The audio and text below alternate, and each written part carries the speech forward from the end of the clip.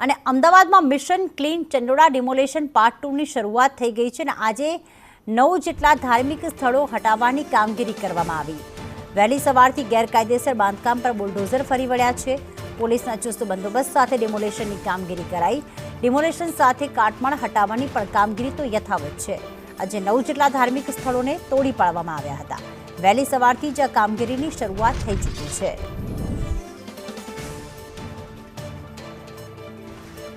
તો ખાસ ચંડોળા તળાવ વિસ્તારમાં ડિમોલેશનની કામગીરીનો ફેઝ 2 અને આજે બીજા દિવસની કામગીરી યથાવત છે। મહદઅંશે જો આજે કાટમાળ હટી જશે તો 2 દિવસની જ આ કામગીરી રહી શકે છે।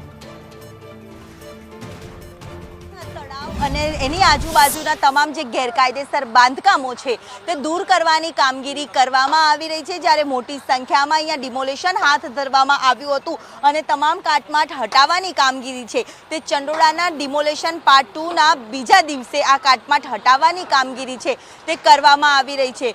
મોટી સંખ્યામાં તમામ જેસીબી, હિટાચી મશીન અને ડમ્પરો પર અહીંયા ખડકી દેવામાં આવ્યા છે અને ચુસ્ત બંદોબસ્ત સાથે કર્મચારીઓને પણ ખડે પગે સ્ટેન્ડ બાય રાખવામાં આવ્યા હતા અને અત્યારે ઝડપમાં ઝડપી આ ચંડોળા ક્લીન થાય તે ઉદ્દેશ્ય સાથે અહીંયા કામગીરી છે તે કરવામાં આવી છે। મહત્વનું છે કે 7 ઝોનના તમામ એસ્ટેટ વિભાગના અધિકારીઓને અલગ અલગ ડિવાઈડ કરવામાં આવ્યા છે અને તે જ મુજબ કામગીરી તેમને ફાળવી દેવામાં આવી છે અને કામગીરી ઝડપી થાય તે પ્રકારની કામગીરી વહેલી સવારથી હાથ ધરવામાં આવી છે। કેમેરામેન મનીષ વાણિયા સાથે દિવ્ય ચૌહાણ, સંદેશ ન્યૂઝ, અમદાવાદ।